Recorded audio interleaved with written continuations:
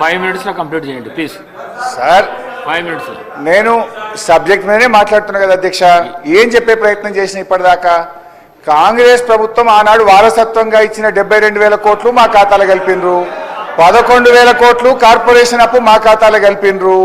అదేవిధంగా రాష్ట్ర ప్రభుత్వ ఖజానా మీద భారం లేని రాష్ట్ర ప్రభుత్వం గ్యారంటీ ఇవ్వనటువంటి అప్పులు మా ఖాతాలో 1,54,000 కోట్లు కలిపినరు.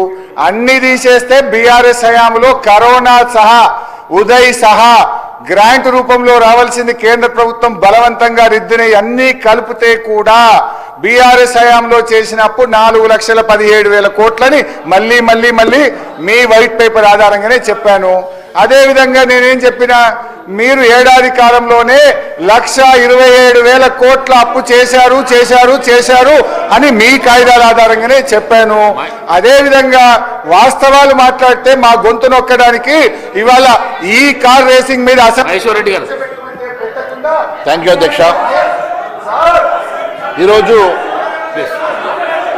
మహేశ్వర్ రెడ్డి గారు అప్పుల మీద గౌరవ ఉప ముఖ్యమంత్రి ఆర్థిక మంత్రి బట్టి విక్రమార్క గారు ప్రవేశపెట్టినటువంటి వైట్ పేపర్ మీద ఒక 2 minutes మాట్లాడతాను సార్. ఇది 2 సార్లు సార్, ఇది 3 సార్లు కూర్చోబెడతారా సార్?